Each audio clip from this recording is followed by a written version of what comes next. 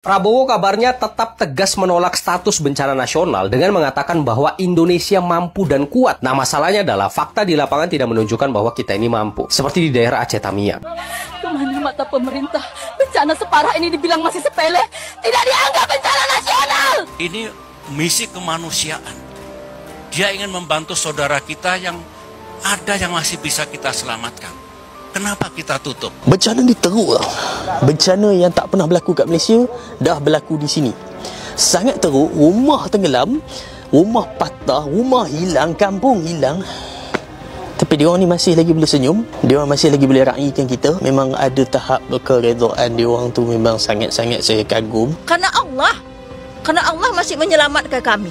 Tapi kalau kita lihat, beginilah kondisi kami. Begitu banyaknya rumah-rumah yang hanyut. Kenapa rakyat Malaysia lebih peduli kepada korban banjir di Aceh daripada pemerintah Malaysia? Apabila Aceh menangis, Malaysia pasti bersama mereka. Always was, still is, and forever will be. Terima kasih orang Malaysia.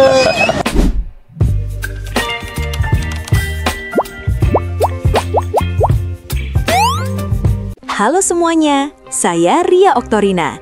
Hari ini kita membahas situasi di Aceh dan Sumatera Utara yang sampai sekarang masih memprihatinkan. Banyak rumah terendam, akses jalan hancur, dan warga yang masih mengungsi menunggu bantuan.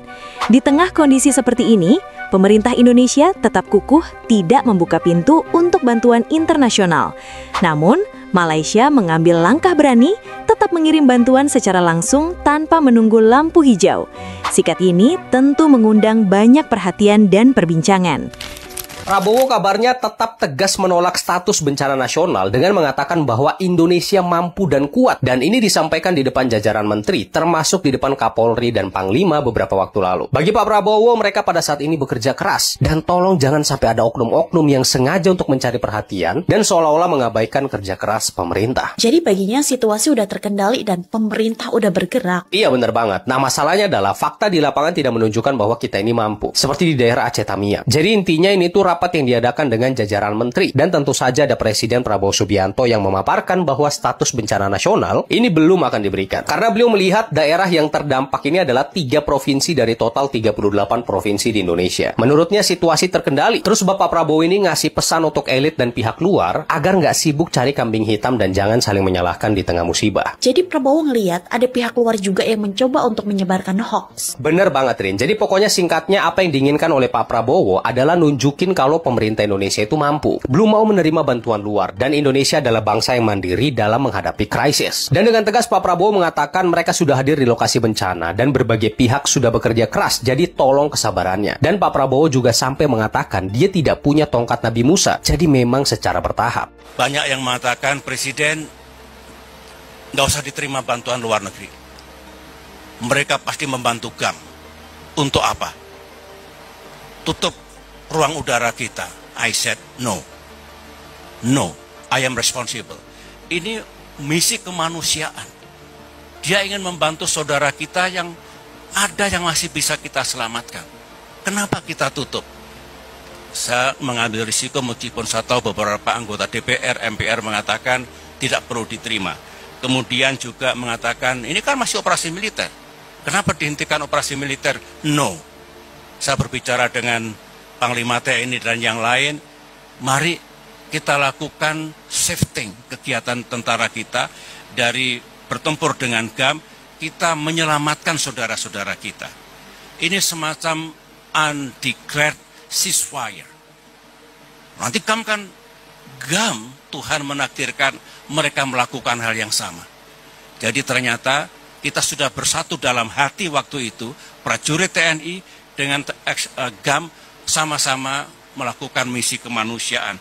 Itulah indahnya. Ada seorang politisi seperti biasanya berkomentar sangat miring dan seterusnya, tidak saya gubris. Yang penting the show must go on, tanggap darurat menyelamatkan jiwa manusia sebanyak-banyak. Kemana mata pemerintah? Bencana separah ini dibilang masih sepele, tidak dianggap bencana nasional.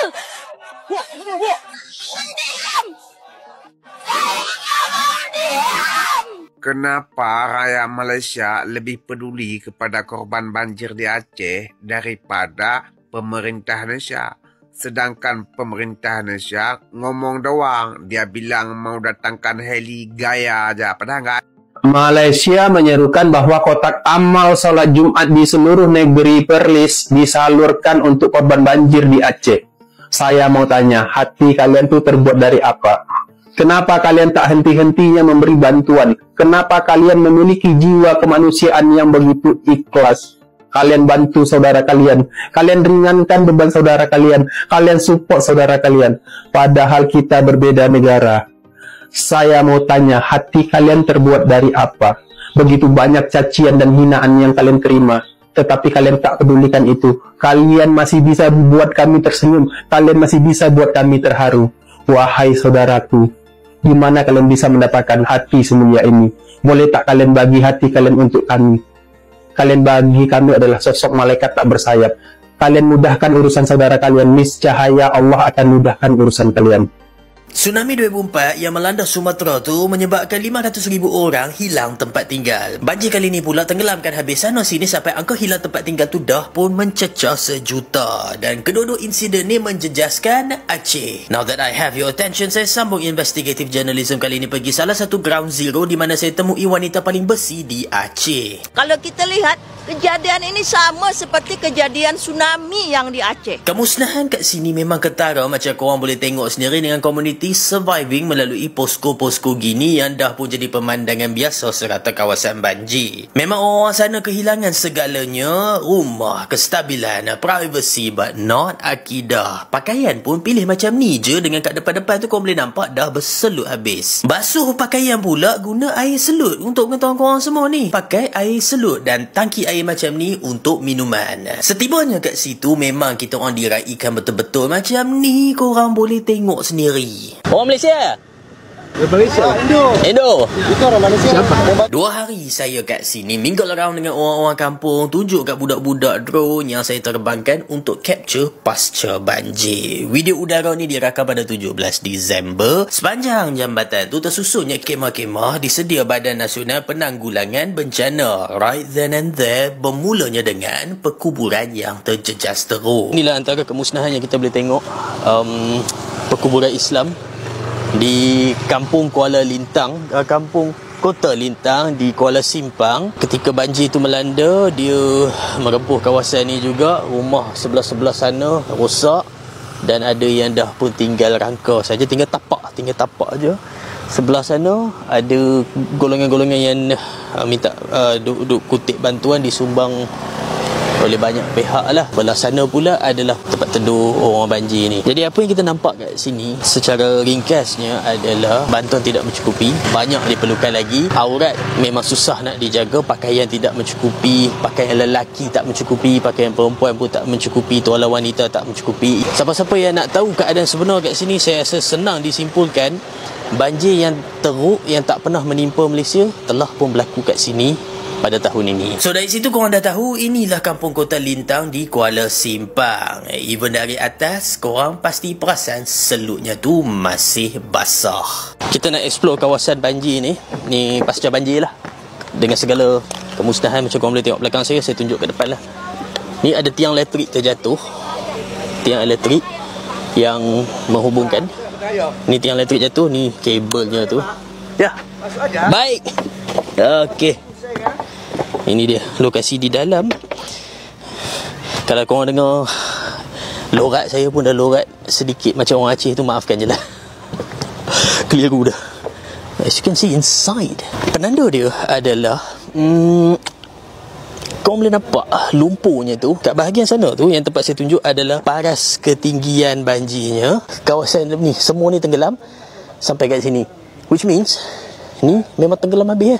Ada sesuatu yang saya kena cakap pasal orang Aceh ni. Sekejap, saya keluar dulu.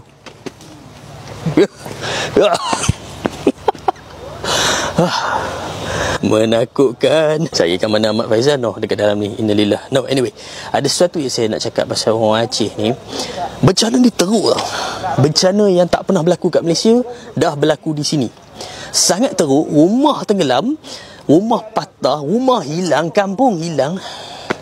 Tapi diorang ni masih lagi boleh senyum, diorang masih lagi boleh raikan kita. Memang ada tahap keredaan diorang tu, memang sangat-sangat saya kagum. Sejak hari pertama saya sampai kat sini lagi. Siap siaga macam mana tu pun tetap saya tersangkut juga. Kasut masih lagi duk ada kat dalam lumpur tu. Nak ambil tu pun kena position diri betul-betul. What a disaster.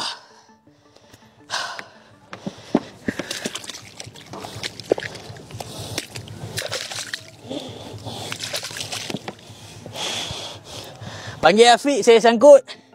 Dia boleh kata, kejap. Inilah realiti. Mereka kena hadap hari demi hari. Belum kira terputus bekalan elektrik lagi. Kagumnya saya pada orang Aceh. Tak ada elektrik pun mereka teruskan hidup. Mereka teruskan perniagaan. Ni hotel kita orang. Memang gelap gelemat, bercahaya guna bateri ataupun genset je. Full survival mode. Sebab di Tamiang ni tak ada elektrik langsung. Ini sebenarnya hotel. Tak ada elektrik langsung. Macam korang tengok belakang saya ni, it's completely dark. Padahal ini ruangan kaki 5 sebenarnya. Ini kaki 5, belakang tu bilik saya. Ni bilik Afiq. Tak ada elektrik. And ni kita nak merasa lah macam mana orang Tamiang duk mengharungi banjir ni. Dan sekarang ni saya pula baru nak makan tu. Sekejap, baru nak makan malam ni. Rasa pukul 12 tengah malam dah. Bismillahirrahmanirrahim. Bukan kat hotel tu je, kat luar pun sama. Ni korang tengok kedai makan, generator power ni. Kita orang nak 60 cucuk sate matang. Tengok je lah gelap macam mana. Kedai-kedai buka. Dengan of course my lovely durian yang sebiji tu RM2.5 gitu je. Nah, kita kembali ke Kota Lintang sebab ada seorang kat situ nak kongsi sesuatu. Rumah yang jelas rumah orang tua kita jadak lagi. Udah hanyut buah air. Dah hanyut. Dah.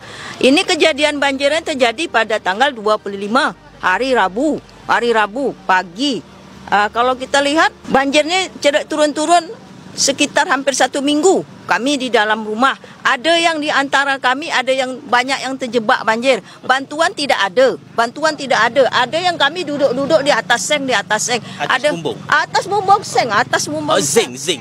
Seng rumah di bumbung. Ada yang berenang-renang. Ya kan? Berenang. Bahkan ada yang hanyut. Ada yang hanyut. Ada kami di atas ya, kan hujan terus. Sampai kami terjebak 3 hari. Ada yang 4 hari tidak makan. Tidak makan 4 hari? Tidak makan, tidak minum. Cadak manya pah. Bahkan ada anak-anak yang mau 4 tahun. Itu karena manya. Karena Allah masih menyelamatkan kami. Tapi kalau kita lihat, beginilah kondisi kami. Begitu banyaknya rumah-rumah yang hanyut. Cadak, rumah yang berdiri beribu-ribu rumah, beratus-ratus rumah. Rumah yang ada berdiri boleh dikira. Tinggal berapa lagi. Yang lainnya cadak habis. Inilah kalau kita lihat kondisinya. Di belakang ni ada di belakang ni inilah sungainya. Ini sungainya. Dia melimpah macam nilah. Coba. Okey, and dia ke sini. Banjir tu menenggelamkan sampai bumbung. Bahkan cadak. Ini kan rumah tinggi sampai bumbung. Yang rumahnya rendah cadak kelihatan pe bumbungnya. Waktu keluar tu macam mana? Waktu keluar kami tu, waktu keluar ada yang berenang. Ada yang kalau dapat kayu ya dapat kayu lah. Kalau kita lihat kejadian ini sama seperti kejadian tsunami yang di Aceh. Tsunami yang di Aceh. Jadi itu kita dengar daripada Cik Lela, kejadian ni beliau kata sama. Sama macam kejadian tsunami dengan bantuan tidak tiba di sini selama beberapa hari? Seminggu lah kalau kami ada yang terjebak. Ada yang 4 hari 4 malam cadak makan di atas bumbung sen. Jadi dia orang berada di bumbung 4 hari seminggu, tiada bantuan, tiada makanan. Survive atas restu Allah Subhanahu Wa Taala. Itu yang berlaku di kampung Kota Lintang bawah di Tamiang Aceh. Tamiang kan ni? Okey, di Tamiang Aceh. Terima kasih Cik. Saya sendiri pun dah terlupa saya kat Tamiang, tapi Cik Lela bawa kita orang explore kampung ni, nak tunjuk keadaan belah-belah dalam. Air mungkin dah surut, sisa lumpur kat atas tu walau bagaimanapun membayangkan ngeri macam mana pada hari kejadian. Nah, kenalah puji Afiq sikit sebab dia kata dia dah juling mata. Satu mata tu tengok kamera, satu lagi mata tengok selut, takut dia terlicin sekali dengan kamera. Apa-apa jadi kat dia tak apa, jangan jadi kat kamera je kan. Sesudah kita orang redah tu, nampaklah lagi banyak rumah yang bagai kata hempap semasa ditenggelami air banjir. Tenggelam? Tingkat bawah habis lah?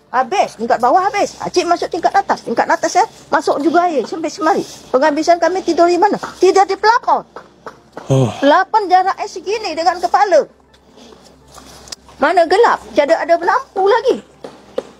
Lampu-lampu tak ada. Cik Lela kata ketika banjir tu rumah di sebelah sini, rumah ni dah tenggelam habis.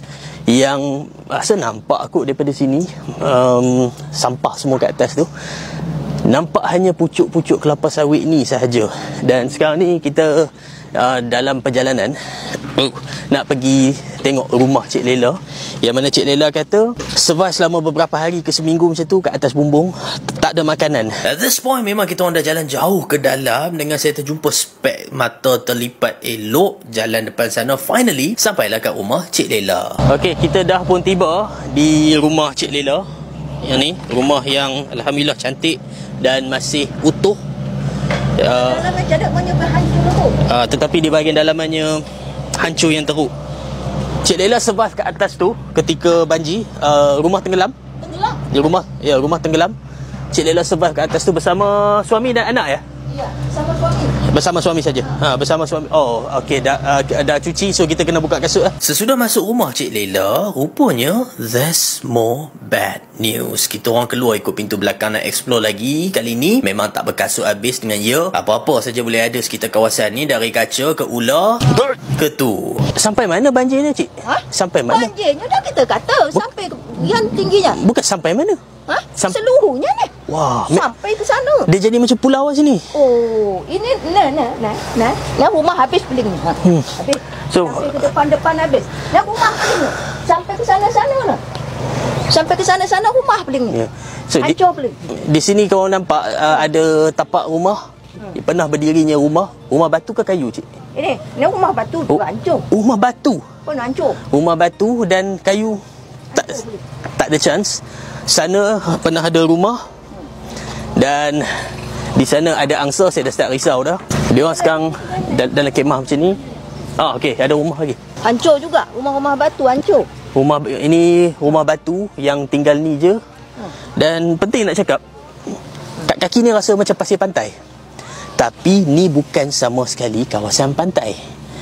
Jadi ini adalah level banjir yang saya nak sampaikan kat korang. Maklumat dia tu saya nak sangat-sangat sampai kat Malaysia. Masalah dia belum selesai lagi. Seperti mana korang tengok keliling, Afiq, kita pusing keliling. Mana kita keliling? Sini boleh kita keliling. Kita keliling ni hancur je kan. Rumah-rumah batu hancur juga. Rumah batu di situ pun dah tak ada dah. Inilah pengungsian sementara yang kena cedek rumah. Dibuat dah sementara seperti ni. Oh, ni dibina balik. Assalamualaikum. Assalamualaikum. Buku rekod prestasi. Banjir pun masih survive. Masa saya kecil, saya sangat takut hari buku rekod prestasi sampai. Dan dia masih survive di situ. Kita kena rumah batu, apa? Allahu Akbar. So, ini dia rumah batu yang kita boleh bayang ada dinding juga di sini. Ada mesin basuh di situ. Roboh dan mereka bina rumah sementara di belakang ni untuk berteduh lah ketika musim yang masih lagi hujan. Semalam pukul 2 pagi sampai pukul 6 petang, 6 pagi juga, hujan yang sangat lebat. Dan sekarang ni pun kelihatan mendung, suasana yang agak mendung jugalah. Ni, sampai ke sana kalau kita boleh. Orangnya sempat lari, tuannya. Sempat lari. Sempat. Masya Allah. Kejebak lah. So, kat sini pun ada. Senang kata. Lokasi rumah pun. Padat ni, rumah padat. Dia padat dengan rumah di sini. Dan alhamdulillah tuannya sempat lari, tetapi inilah tinggalnya sekarang. Jujur cakap, langsung saya tak jangka krisis ni sebegini teruk. Kita kat Malaysia dah biasa dengan pemandangan lantai kotor dan dinding berselut. Bukannya keadaan serupa perang bagaikan dibedil. Assalamualaikum. Waalaikumsalam. Dari mana ni? Kuala Lumpur. Baik khabar? Baik khabar tu, apa khabar? Apa khabar? Bawah. Monyet. Baik tu Melayu Siau. Waalaikumsalam. Ni ada acara apa ni? InsyaAllah saat bulan 1 bawa pasukan bagi bantuan. Ke sinilah. Nah, saya kena cakap lah, technically tak betul tu. Saya tak ke sana awal Januari. Sebaliknya 30 Disember dah saya atur untuk ikut misi dengan Ikhlas Care yang bergabung dengan Muslim Care Malaysia, Persatuan Perubatan Islam Ibn Sina, Persatuan Pengguna Islam Malaysia dan Harmoni Prihatin Malaysia. Gabungan Malaysia ni bekerjasama dengan Kementerian Agama Aceh juga dalam usaha nak bagi kain pelikat antaranya. Mungkin yakni telekung sebab wanita-wanita sana bersolat dalam keadaan sangat daif ke tahap tak dapat nak tutup aurat sepenuhnya. Itu pun kita akan provide juga insya-Allah. Kelambu sebab takungan-takungan ni mengundang nyamuk dan adalah benda-benda lain. Ramai cadang Al-Quran pun kita akan pakai dengan tim Crown secara real time, tengok apa yang lebih urgent ikut tempat. Jadi pada korang semua yang nak bantu Aceh, the time is now sebab nak start dah. Boleh terus ke profil saya, ambil ni untuk bantu dan bersama-sama kita akan ringankan bebanan yang ditanggung saudara-saudara kita kat Aceh tu. Kali ketiga saya nak kata, apabila Aceh menangis, Malaysia pasti bersama mereka. Always was, still is, and forever will be. Makasih orang Malaysia. Kalau kita lihat di lapangan, keadaan belum betul-betul pulih. Masih banyak warga butuh logistik, obat-obatan, dan bantuan tenaga. Posko darurat memang sudah aktif, tapi tidak semua wilayah terjangkau dengan cepat. Di beberapa daerah seperti Aceh Tamiang, warga bertahan dengan apa yang ada, sementara relawan bekerja tanpa henti. Pemerintah menyampaikan bahwa situasi terkendali, namun kenyataan di lapangan menunjukkan bahwa penanganan masih berat. Kita semua paham, bencana bukan hal mudah, butuh waktu, tenaga, dan sistem yang kuat. Tapi ketika negara lain ingin membantu, rasanya tidak salah jika kita membuka pintu demi keselamatan masyarakat. Bantuan dari Malaysia hadir tepat saat rakyat membutuhkan. Mereka datang bukan untuk menonjolkan diri, tapi untuk menunjukkan bahwa kemanusiaan tidak mengenal batas negara. Inilah momen di mana kita seharusnya belajar lebih rendah hati. Bukan karena Indonesia lemah, tapi karena gotong royong antar bangsa justru bisa mempercepat pemulihan. Tidak ada negara yang benar-benar siap menghadapi bencana besar sendirian. Yang paling penting adalah bagaimana kita mengutamakan rakyat yang sedang berjuang bertahan. Saya Ria Oktorina percaya bahwa kerjasama adalah kunci. Ego dan gengsi tidak akan menyelamatkan siapapun dalam keadaan darurat. Menerima bantuan bukanlah tanda kekalahan, tetapi tanda bahwa kita mau bergerak bersama untuk masa depan yang lebih kuat. Semoga ini menjadi pengingat bagi kita semua bahwa kemanusiaan selalu berada di atas kepentingan apapun. Mari kita doakan agar Aceh dan Sumatera Utara segera pulih dan Indonesia semakin bijak dalam mengambil keputusan ke depan. Baby, you give me ice and fire. You're giving me wind and rain. You're some kind of butterfly. Baby, you give me midnight. You whip up my appetite. Don't leave me here.